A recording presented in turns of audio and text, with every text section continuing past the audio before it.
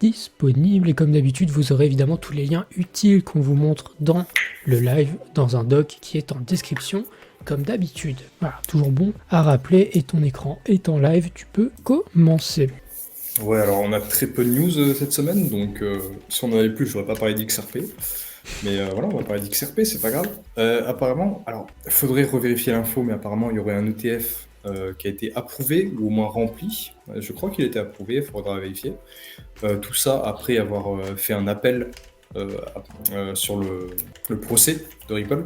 Donc ça a l'air de bien se passer, écoute. De toute façon, les gens s'attendaient à ce qu'il y ait un ETF qui soit demandé. Après, est-ce qu'il sera accepté de la même façon que Ethereum et Bitcoin a été accepté? Je sais pas. J'avoue que j'ai pas suivi l'affaire. Si quelqu'un a suivi, ma foi, pourquoi pas suivre. Mais je crois que le prix a pas trop réagi, il me semble Non, pas. mais je crois que les gens s'en branlent. Hein. D'après, Ouais, je crois que les gens s'en branlent. j'ai vu personne en parler, ni quoi ou qu'est-ce. Je pense que juste les gens ont compris que c'était une mascarade, hein, je pense. Ouais.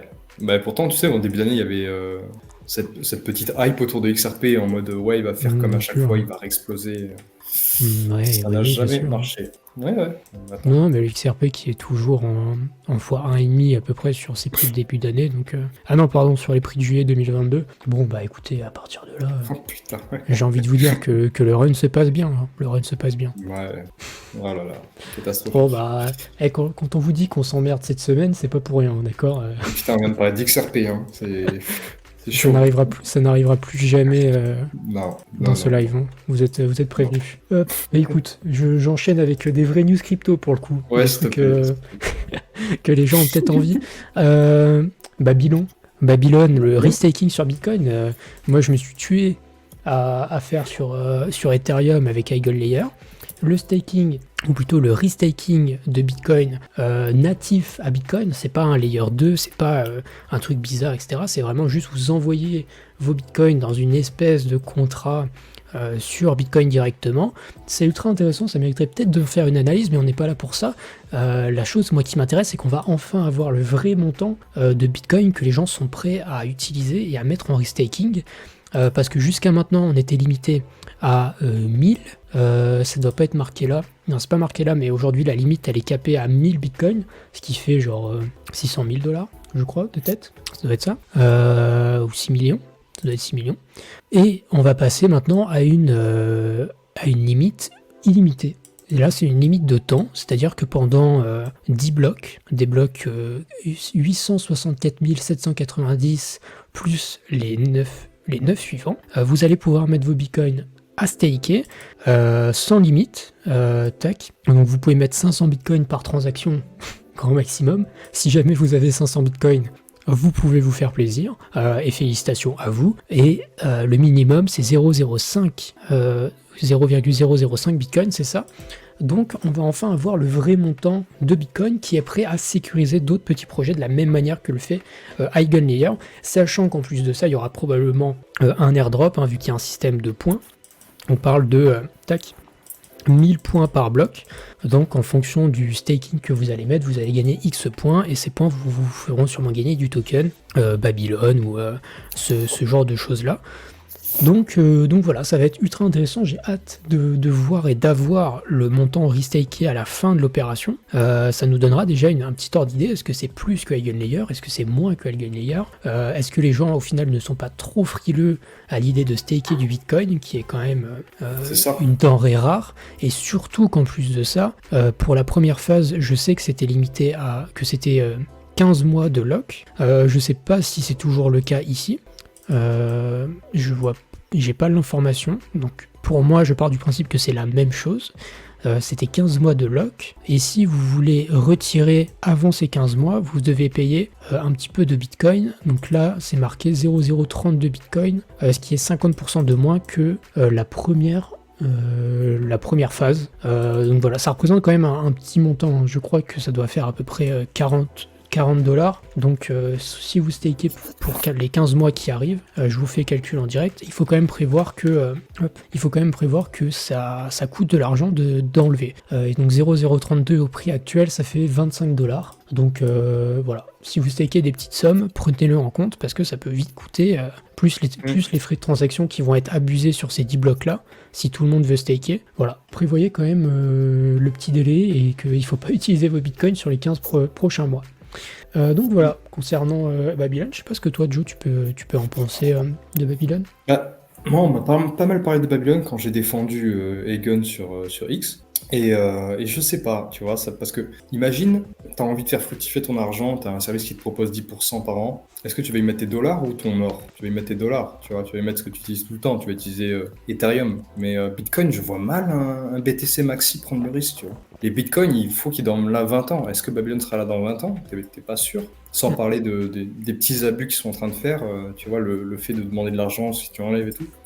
Ouais, je suis pas fan. Après, je sais que ça à voir, c'est un bon protocole, mais je pense pas que ça aura la hauteur de Egon. Je pense pas. Ouais, mais je suis un petit peu d'accord sur le fait que c'est intéressant sur le papier et techniquement c'est bien pensé. Ouais.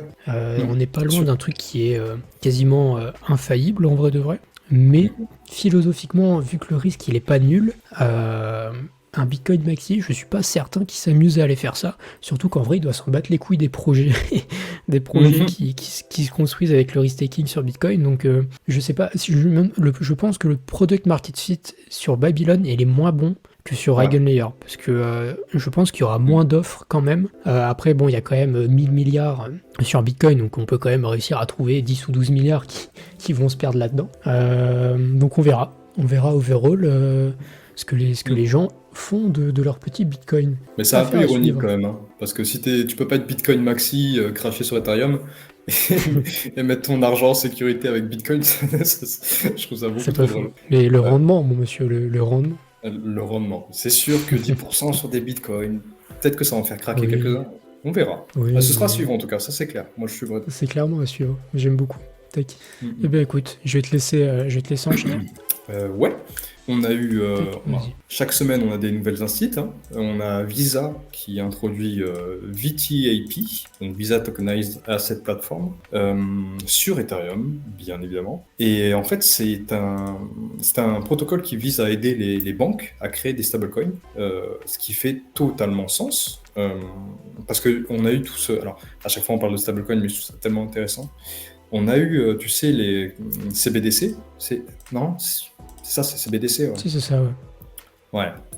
Et en fait, ça fait pas sens parce que ça veut dire que tu crées tes stablecoins sur une banque qui est centrale, alors que la façon dont l'argent est créé aujourd'hui, c'est les banques qui les créent, c'est la banque centrale qui fixe les taux. Et en fait, on pourrait très bien demander aux banques de créer leur propre stablecoin. Ça leur coûterait beaucoup moins cher et ce serait beaucoup moins de papier à faire, voire zéro par rapport au système actuel. Et en plus, ça permettrait de les suivre. Tu vois, celles qui en abusent avec, tu sais, des fois, ils ont des succursales de traders, du coup, ils abusent un peu de la création monétaire pour les aider. Tout ça, ça pourrait être suivi en temps réel. Ça leur permettrait d'économiser. Je trouverais ça génial. Franchement, moi, je veux vivre dans ce monde-là. Et merci à Visa de faciliter le truc, en tout cas.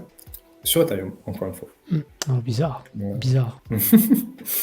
Voilà. Je sais pas ce que tu en penses, mais je trouve ça beaucoup mieux que des CBDC. Hein. À choisir que ça reste privé, c'est très bien. Oui, bah... Bon, ici, vous savez, on défend les CBDC. On pense que, bon, grosso modo, des monnaies fiat qui reposent sur la confiance, c'est quand même vachement mieux que des crypto-monnaies, notamment le Bitcoin, vous savez. Et d'ailleurs, je me demande si c'est pas la CIA qui a créé Bitcoin. Oh putain, bien sûr. Et comment on divise le Bitcoin? Oh, merde. Ouais, mais... oui, mais bon, vous comprenez, il y a les exchanges... Oui, bon, c'est compliqué, c'est compliqué. Putain, quel enfer. Non, mais voilà, mais encore une fois, la chaîne du RWA, est-ce que ce serait pas Ethereum? Bon, bien sûr que si. C'est bizarre, c'est quand même le deuxième. Il y a eu Visa, il y a eu BlackRock juste avant. Ça commence à faire des beaux noms, quoi. Bon. Putain. Bon. Ouais, en tout cas, Voilà. très très cool. Apparemment, il y a une banque en Espagne qui est en train de tester le truc. On verra comment ça se passe. Affaire à Bullish. suivre. Bullish Ouais, Ethereum. Et moi j'enchaîne avec autre chose, Bullish Ethereum. Mince, tac, cet écran. Ryan Adams de chez Bankless. Bankless qu'on apprécie beaucoup, un média qu'il faut absolument que vous toujours. connaissiez, qui nous montre un peu ça, mais comme moi je suis quelqu'un de très sympa, je vais carrément vous mettre le site en live, plus vous donner le lien, parce que je suis quand même quelqu'un de Oh, très le chat. charitable, bien sûr, Incroyable. exceptionnel, et bien sûr ce sera évidemment dans le doc, hop, que vous aurez en description. Qu'est-ce que ça nous montre? Eh ben en fait, la réflexion de Ryan, c'est que Ethereum produit des chaînes qui sont rentables. Et en fait, on peut le voir comme une attaque à Ethereum sur les revenus que ça génère, mais Ethereum, c'est un peu la chaîne où si vous voulez faire des choses rentables, eh ben c'est là. Parce qu'en fait, vous allez avoir l'usage, vous allez avoir la sécurité, vous allez avoir des frais peu chers, sur votre layer 2 et vous n'allez pas payer très cher pour stocker sur Ethereum, voilà, vous allez bénéficier de plein d'avantages sans payer trop cher et ça vous donne en fait des blockchains et des roll-ups qui sont extrêmement intéressants et qui ont des marges et des profits exceptionnels. Si on prend Base, profit 50 millions sur la dernière année. Linea, 30 millions. Alors il faudrait regarder en détail parce que Linea, il faudrait voir un peu il faudrait regarder l'évolution. Vous voyez, je pense que ça a été très bien l'année dernière, mais Mhm. depuis quelques mois, je pense que tout le monde s'en branle. Bon, ça m'étonnerait pas de le voir chuter dans le classement, mais voilà, affaire à suivre. Le Citram, c'est terrifiant. Arbitrum, pareil, rentable. Scroll, rentable. Manta, rentable, etc. Bon, il y a des choses qui sont moins rentables.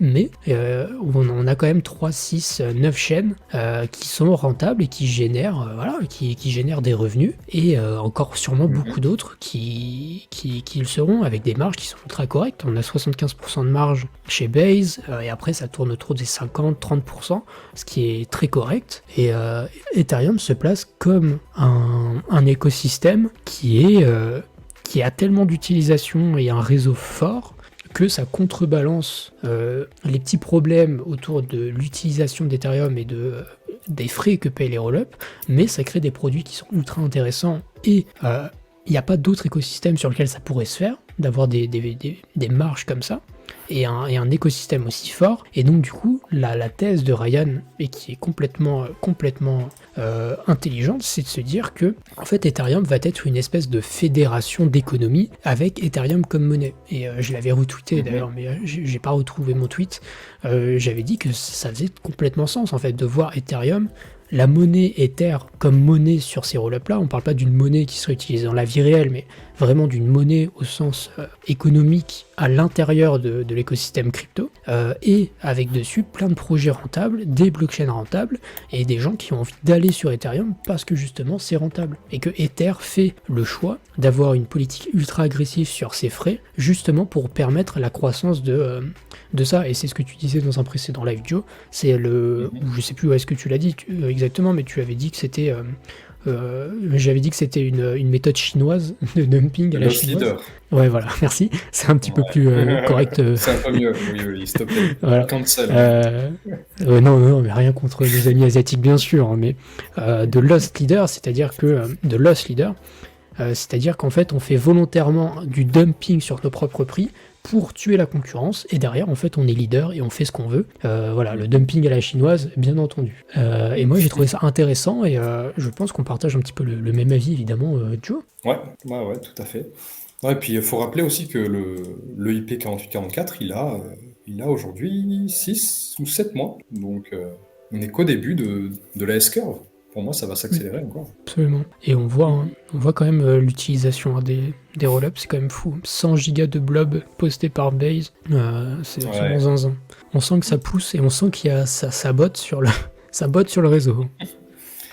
Tu veux que je te montre un truc si t'as fini? Ouais, Allez, vas-y, je te montre. tac, allons-y.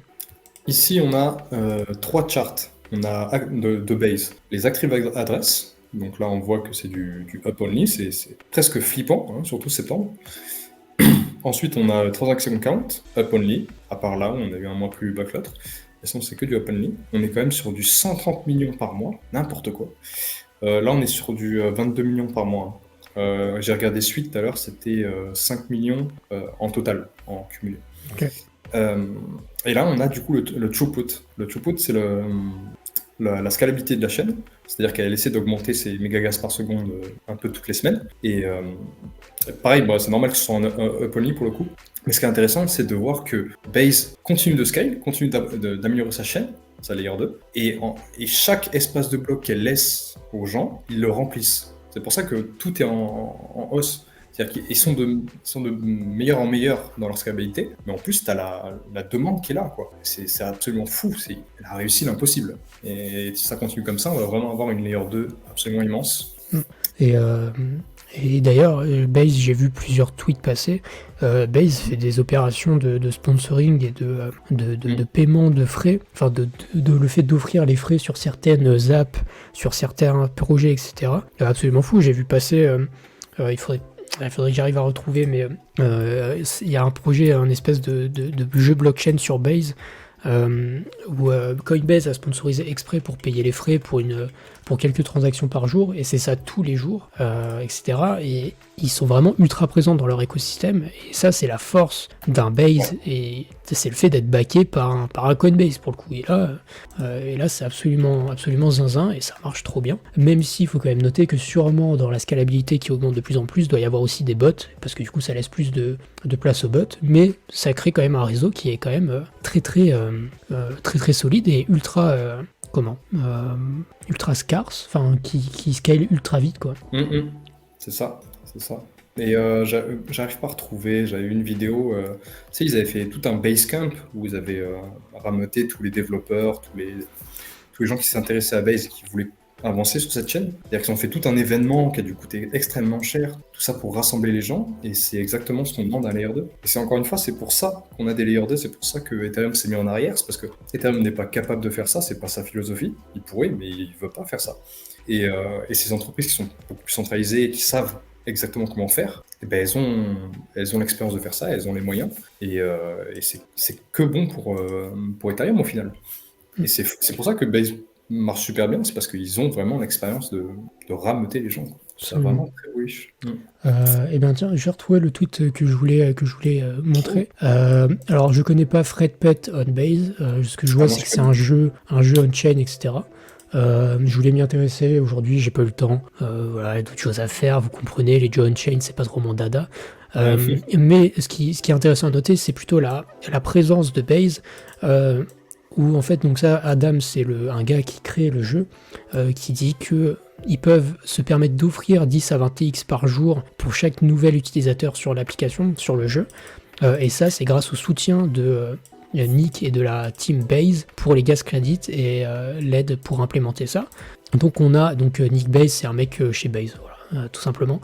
Donc on a un écosystème dans lequel même un Jesse Pollack est ultra présent et qui aide même les petits projets. Enfin, c'est un écosystème qui est un peu à la Solana en vrai au final. Genre avec un Anatoly qui est très présent dans son écosystème, bah là on a la même chose avec un Jesse Pollack à mes yeux. Voilà, d'une même manière, et je trouve ça ultra intéressant. Carrément bullish. Tac. Donc voilà, et je lis, c'est quoi vos plays sur Base à part OP? De toute façon, on en revient toujours au même. Hein. C'est Aérodrome, et après des tokens qui sont sur Base uniquement peut-être, du genre Memecoin, beaucoup de Memecoin. Ça peut être des tokens qui sont uniquement sur Base. Voilà. Regardez un peu les tokens qui sont dessus. Spectral, même si Spectral est sur les exchanges, donc bon, c'est un petit peu voilà, compliqué, mais des choses où il y a la majorité de la TVL qui se fait sur Base, etc. Ça serait intéressant à creuser, ça pourrait faire l'objet d'un futur live en vrai. Après, il y a toujours, si vous y croyez, il y a toujours un airdrop à farm. Hein. En tout cas, il y a des points à ramasser, on ne sait pas à quoi ils serviront, mais potentiellement, moi je les verrais bien en plein bull run lâcher un token sans avertir. C'est vraiment un truc que je verrais, tu vois. Ce serait rigolo, même si compliqué, mais pourquoi pas. Les espoirs sont permis. Ouais, voilà. C'est ça. Et je lis même Moonwell. Voilà, si jamais quelqu'un connaît, de mon côté, c'est trop mignon. Tu connais pas? C'est pas le cas. Non, moi je connais pas. Hippopotame, qui est né là. Putain. Ah, mais c'est un meme. C'est de shitcoiner, toi. Bah oui, c'est un meme. Ah, mais c'est genre le Moodeng machin là, non? Ouais, c'est ça. Ouais, je crois. Hein. Ah non, c'est en DeFi. Ah non, bah ça n'a rien à voir alors. Moonwell en DeFi. Ah, mais je connais l'hippopotame de la DeFi. Attends, c'est ça. Lending made simple. Ok. Pourquoi pas? Ok. Ça mériterait d'être creusé. Je vous avoue que je connais Ouais, absolument c'est pas. joli. 5% APY, ok, oui, bon, bah écoutez, ça a l'air d'être Il a un combien de heavy market like. cap? Ouais, je demande à Rachid. Tu poses des Non, mais questions terrifiantes. je te demandais pas, toi. Ouais, je sais que t'as la flemme de regarder. Non, mais allez, on y va. Comme ça fera une petite capsule, Allez, bon. ça fera une petite capsule base pour YouTube, bien sûr. Bah, Abonnez-vous ouais. ceux qui regardent la rediff. Moonwell, 93 millions. Ah, mais il y a une price action à l'aérodrome. Hein. C'est exactement la même. Oh là là. C'est exactement la même. C'est cher. 93 millions. Je sais pas, faut regarder la TVL. Il y a combien de TVL là-dedans? Tac, tac, tac. Il y a 40 millions qui sont en USDC. Attends, je l'ai Tac, sur tac, des fils à main. tac. 240 millions. Ah bah quand même. Ok. Bah écoutez, ça doit se défendre. Ça se défend. je- Ça se défend. En vrai, ça se défend. Des fois, je pense qu'il faut pas trop réfléchir. C'était mieux de l'acheter quand il était sub, Ouais. sub Ouais. 1 dollar, sub 1 centime. Un peu comme Aérodrome au final. Hein.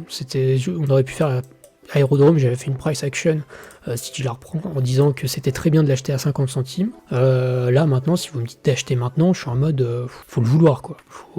Bah ouais, c'est Parce ça. que là, vous avez déjà raté genre un x2, presque un x2,5, ultra complexe. Et après, par contre, ça a du potentiel. Hein. Ça a du potentiel, mais j'en attendrai pas plus qu'un x10. Et x10, ça me semble déjà bien énervé. Après, si tu regardes en Ethereum, la TVL est en up only, pardon. Si tu regardes pas en USD. Donc, Ok. ça se riche. Ouais, mais c'est un produit qui fait sens. Bah, écoutez, je connaissais pas. Ouais. Si jamais ça vous intéresse, ceux qui écoutent et ceux qui regarderont, et pourquoi pas. Et salut Ilias, j'ai vu ton message. Ouais, donc non, ça se défend complètement. Complètement. Et ben, merci pour la petite découverte. Donc on en était à Base, évidemment qu'on suce toutes les semaines, parce que sinon c'est pas rigolo. Tac, ben je te laisse peut-être enchaîner, Joe, du coup. Yes, alors, tac. Je sais pas si les gens ont vu passer ça. Moi, ça m'a pété le cerveau au début, j'ai rien compris de ce qui se passait. Donald Trump qui balance des noms. Bon, là, j'étais tombé sur Karak. Je me suis dit, mais pourquoi il parle de Karak, ce mongol? Karak, que personnellement, j'aime pas du tout. Hein. Je sais que les gens, depuis Hagen, là, ils sont un peu bullish et tout. Moi, pour moi, c'est juste un vaporware. J'ai aucune confiance en ce projet. J'avais mis 300 balles au début pour farm. Pour les retirer, ça a été un enfer. Apparemment, ils devaient faire des bridge L2, tout ça, ils les ont jamais fait. Et là, en fait, c'est la preuve que c'est un projet de con, c'est parce que ils ont envoyé un message à Donald Trump sur le bot, parce qu'en fait, il a un bot pour répondre des messages électoraux aux gens qui lui répondent. Et en fait, Karak s'est dit, bah tiens, ça va me faire un peu de la pub, comme n'importe quel shitcoin. Et du coup, voilà, on a Donald J. Trump qui parle de Karak sur X. Donc merci Karak, c'était très nécessaire. C'est zinzin. Et ça, c'est forcément Karak, ça peut pas être un mec qui a envoyé un message. Non, c'est Karak, mais d'ailleurs, je crois qu'ils se sont vantés sur... Je crois que c'est eux qui se sont vantés ou c'est un autre projet qui s'est vanté? Ouais, c'est peut-être un autre projet. Mais normalement, je crois que c'est eux. Tu peux pas faire pop n'importe quel nom, toi, il me semble. Ok. Enfin voilà. Dans tous Ouais, les cas, c'est- c'était c'est- juste un bot. C'est zinzin. Ouais, c'est zaza. C'est complètement zaza. Il a balancé plein de shitcoins, mais je crois que c'est en réponse. Je crois pas que ça se voit sur le. Mm. Bref, voilà. Ça a un peu alerté X pendant 2 heures. Ça demandait ce qui se passait. C'est pour vous dire le niveau des news de cette semaine, hein, messieurs, dames, c'est absolument terrifiant. Ouais, c'est ça. On est terrifiés. Mais bon, comme je suis quelqu'un de très intelligent, est-ce qu'on n'enchaînerait pas avec le blog de Vitalik? Et paf, Ah, la oui. transition. T'y attendais Ça- pas? Ah non. Tac, qu'est-ce que c'est que cet article de blog? Alors pour ceux qui sont un peu nostalgiques de Skyblog, je vous explique pas le principe du blog, c'est Vitalik qui raconte sa vie et les gens comme nous qui nous extasions devant. Ultra intéressant comme titre et comme développement, je vais pas vous faire la lecture parce qu'on n'est pas en cours de français, mais ce qu'il dit là-dedans, c'est qu'en gros, il se rend compte qu'il y a de plus en plus de gens qui parlent de l'alignement à Ethereum, de comment est-ce qu'on fait pour concilier les projets qui se construisent dessus, comme les Layer 2 qui ont besoin justement de payer peu cher, mais du coup ça abîme, ou en tout cas ça dessert Ethereum. Et la chose qui est proposée, ou en tout cas il y a dans plein de choses qui sont proposées, c'est un petit peu de voir, comme il dit là, des choses comme L2Bit qui lui a pour but de regarder l'état d'avancement des Layer 2 et de voir un petit peu comment la roadmap pour devenir un Layer 2 complètement décentralisé, etc. s'exécute et de voir les choses à améliorer sur ça. Et ben, le but, ce serait de faire en fait un peu la même chose, mais dans le sens de l'alignement, voir est-ce que les projets font des choses dans le sens là.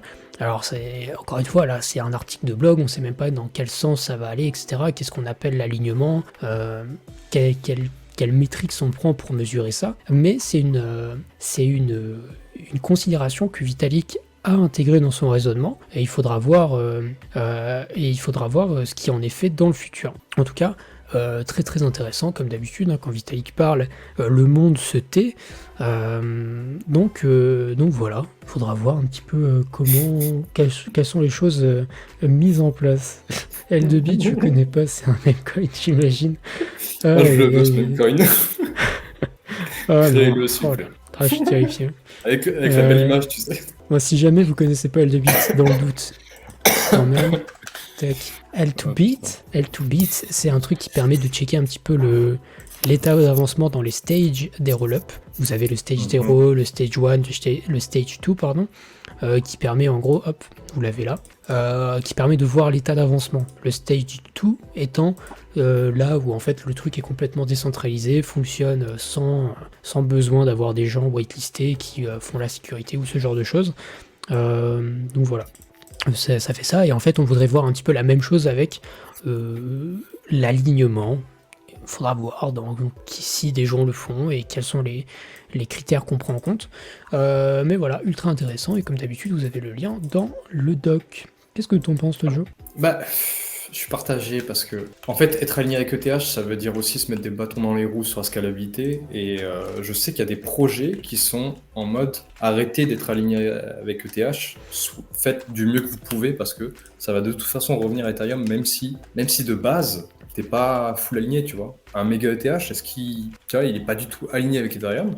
Et pourtant, est-ce qu'il va pas apporter beaucoup de valeur à Ethereum ? Je pense que oui. Donc, j'avoue que je partage pas 100% son avis. Et au contraire, j'ai peur que si on en fait trop de devenir aligné à Ethereum, que ça gâche des opportunités, alors que Ethereum demande que ça finalement, tu vois, il demande que à ce que tu sois le plus scalable possible. Je sais pas. Par contre, le dashboard, je prends. J'aimerais bien avoir un dashboard, ça vous. En vrai, ça m'intéresserait, mais ne serait-ce de voir Ouais. les critères qui sont pris aussi. Aussi. Voilà. Je sais pas ce que le chat peut en penser. N'hésitez pas, bien sûr, à nous dire ce que vous pensez de chaque news, et on vous lit avec grand plaisir. Vous n'êtes pas là que pour proposer des tokens. Vous avez un très très gros cerveau grâce aux vidéos qu'on vous propose. Hop, et bien écoute, je te laisse enchaîner. Ouais. Moi, je termine avec 2 news Ouais. sur BitTensor, les gens vont apprécier. Il y a BitTensor qui a été discuté avec Google. Alors je crois bien qu'il y a 1 ou 2 mois, il y avait déjà un gars de chez Google qui parlait un peu de ça dans une sorte de dîner. Mais du coup là, il y a vraiment des représentants de chez OpenTensor, qui est du coup l'entreprise derrière, enfin pas l'entreprise, l'association derrière BitTensor, et des gars de chez Google qui vont discuter de tout ça. Et à côté, on a Grayscale qui est passé. Alors ils ont augmenté de... Voilà, avant Tao c'était 3% de leur bag, de leur trust. Et aujourd'hui ça représente 25%, non 28%, ce qui est une augmentation absolument drastique. Et je trouve que ça place vraiment BitTensor dans un petit peu ce bag très particulier d'assets qui de toute façon vont perfer parce que voilà, ils sont uniques. On a Bitcoin, on a Ethereum, on a probablement Solana. Mais tu vois, je mettrais peut-être BitTensor au-dessus de Solana, parce que Solana, ça reste une layer 1, smart contract, tout ça. BitTensor, il est absolument unique, et il peut pas être remplacé de toute façon, parce que c'est un layer de compétition. Donc, je comprends l'engouement. Après, je pense qu'il y a plein de discussions qui sont nécessaires sur le futur de BitTensor. Moi, j'ai plein de questions pour le futur, mais je suis très curieux de voir ce que ça va donner, parce que si jamais ça donne quelque chose, on pourrait vraiment avoir un très beau futur avec des applications de zinzin. Je sais pas. C'est hyper intéressant. J'adore BitTensor, j'adore voir ce que ça va devenir. Je suis trop curieux de savoir. Je sais pas ce que tu en penses. Absolument. Et ça fait partie de toute façon de ces tokens qui, bon, même si techniquement il y a des problèmes, il y a des petites questions, il y a des petits machins, etc. Aujourd'hui, on dit crypto IA, et il y en a pas 150. Ouais. C'est BitTensor. Enfin, dans l'esprit des gens, selon moi, c'est BitTensor qui sort en premier, et on l'a vu sur la grosse reprise qui nous a sorti sur le prix. Aujourd'hui, des gens, quand ça parle d'IA et de crypto, c'est BitTensor en 1, ASI fait en 2, et après il n'y a rien d'autre. Donc déjà, ça va limiter les leaders. Et ne pas avoir de leader en IA, même si c'est pas bon, IC, selon moi, c'est correct. BitTensor, c'est bon. En vrai, techniquement, c'est intéressant. En plus, les subnets sont ultra intéressants. Il y a le développement des smart contracts qui arrive dessus. On peut pas nier qu'ils soient quand même centraux.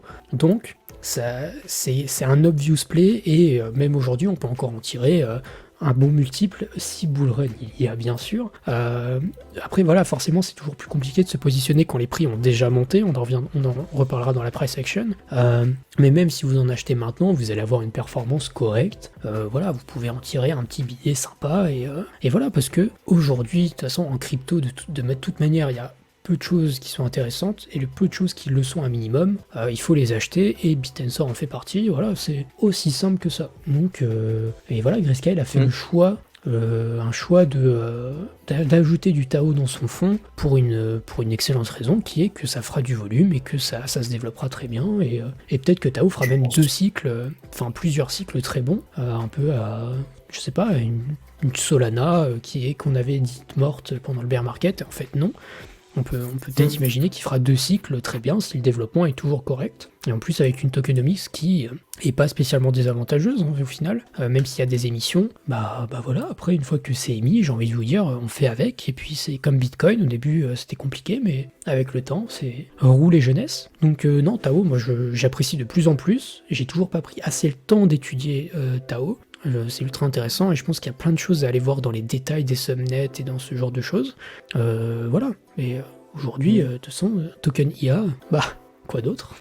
C'est ça. Mais imagine un futur où tu peux avoir accès à toutes ces applications IA, et qu'il y en ait évidemment beaucoup plus, parce que les subnets vont augmenter, via ton wallet actuel, genre via ton wallet EVM. Je pense que c'est possible avec tout ce qui est chain abstraction, tout ça.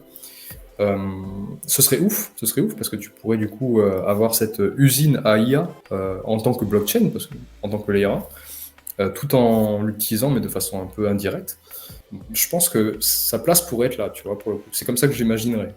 Mais oui, mais il faudra voir, il faut voir effectivement à quel point les smart contracts EVM sont compatibles avec Tao, qu'est-ce qu'on peut en faire. Mais c'est pas faux, on pourrait voir des applications Ethereum où tu branches ton Rabi et où en fait tu utilises le subnet Tao en sous-jacent et tu utilises tes tokens EVM, ton Ethereum, ton WTAO si tu as envie d'avoir du WTAO ou même n'importe quel autre token, et au final tu as une plateforme de finance décentralisée qui est branchée à l'IA sur Tao et qui prend des décisions de cette manière-là.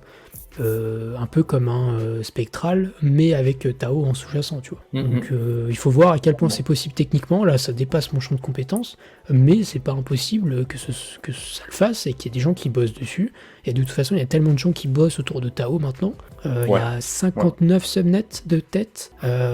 59 subnets, c'est 59 projets. Et dans un projet où vous avez 5-10 personnes, voilà, ça peut être facilement un demi-millier de développeurs qui vont bûcher là-dessus, et sans compter tous ceux qui arrivent, etc. Donc, du côté de Bit&Sor, le développement va être ultra intéressant. Mais d'ailleurs, j'ai entendu un conseil une fois qui m'a pas mal marqué. C'est bien de suivre l'argent, tu vois, de suivre où va l'argent, mais c'est très bien aussi de suivre les cerveaux. Ouais, c'est ça qui m'a fait penser, c'est que, comme tu as dit, il y a des gros cerveaux qui arrivent sur Bit&Sor, et c'est très important de suivre où vont les gens intelligents, parce que c'est eux qui créent l'applicatif, c'est eux qui créent ce qui va permettre aux gens de venir. Et c'est pour ça que j'ai cru en Space Mesh, que j'y crois toujours, que je crois en Sui, et certains des réseaux qui ont vraiment les gros cerveaux pour les gérer. Et ouais, ça bullish. Absolument. Très très cool en tout cas. Grayscale dans la bonne voie. Ouais. Eh bien écoute, moi je vais enchaîner, terminer avec mes 2 petits trucs. Hop, paf. Tac, du côté de Aptos, le légendaire mot aux cheveux blancs, on a quelque chose d'intéressant. Alors est-ce que ça va révolutionner la roue? Voilà. À déterminer bien sûr. Mais Franklin Templeton qui a ajouté son fonds monétaire qui permet de détenir des bons du trésor américain directement sur Aptos. Il a blockchainisé ce fonds-là. Donc voilà, maintenant vous pouvez avoir accès à ça sur Aptos directement. La conséquence de ça, c'est beaucoup d'argent qui est accessible sur la blockchain. Est-ce qu'on va avoir d'autres utilités à part ça? Il faut voir, est-ce qu'on aura des choses qui vont... Qu'est-ce que les investisseurs vont en faire? Est-ce que ce sera utilisé ou pas? Je sais pas, mais en tout cas, ça place Aptos dans la case des gens qui ont des partenariats intéressants, qui savent avoir du réseau, et qui avance dans la DeFi, dans le fait d'onboarder des nouvelles choses. Je sais pas d'ailleurs où est-ce qu'on en est sur le développement de... je crois qu'il y a AAV qui va s'implémenter sur Aptos, il me semble que c'était en pourparler ou quelque chose comme ça. En tout cas, il cherchait à faire quelque chose de similaire sur une chaîne autre que VM. Il faudra voir laquelle est choisie à la fin de l'histoire. Mais voilà, du côté de Aptos, ça continue tranquillement de développer, de faire ces petites choses dans son coin. Mais une petite réaction de Joe là-dessus? Bah, non, à voir, hein. Moi, bon, tu connais mon penchant, c'est plus celui, mais moi, je trouve qu'Aptos, c'est quand même un... Même si je critique un peu Mo et puis deux, trois trucs qu'ils font, je trouve que c'est un bon acteur qui pousse aussi les choses et je suis curieux de voir ce que ça va donner. Absolument. Ouais. Hop. Et après, je terminerai bien sûr avec notre ami Powell, Jérôme. Notre bon vieux Jérôme qui, dans un récent meeting, a dit qu'il y aurait des autres baisses de taux. Alors ça, c'était connu, couru d'avance. Le marché avait réagi à la baisse sur ces news-là. En tout cas, il réagit un peu bizarre, alors que c'était des choses qui étaient complètement logiques. Voilà, d'avoir encore 0,5 points de moins sur les taux. Donc là, actuellement, on est descendu à une target de 4,75 à 5%. Donc d'ici la fin de l'année, on sera entre 4,25 et 4,5 en target, ce qui est même relativement peu. Je crois que le marché a réagi à la baisse parce qu'il attendait peut-être un poil plus. Et visait peut-être 75 points de baisse, 75 BPS au lieu de 50 d'ici la fin de l'année. Et c'est pour ça que je crois que le marché n'a pas très bien réagi, en pensant que la Fed ne va pas assez vite. Mais bon, on a vu dans les dernières récentes news macroéconomiques que grosso modo ça allait pas trop mal, l'emploi allait pas si mal que ça, etc., que l'inflation était toujours sur sa courbe descendante. Donc voilà, du côté de la macroéconomie, d'ici la fin de l'année, on est plutôt pas mal, avec de toute façon les élections américaines qui vont de toute façon empêcher une baisse des taux trop rapide en novembre. Oui, c'est ça, en novembre. Ouais, je crois que c'est en novembre. Ouais. Donc du coup, ce sera ce mois-ci et le mois de décembre où il y aura des baisses de taux, je pense. Donc voilà, affaire à suivre, mais de ce côté-là, de la macro, on est pas mal. Et je pense qu'on a terminé pour les news de cette semaine. Hein. Tac.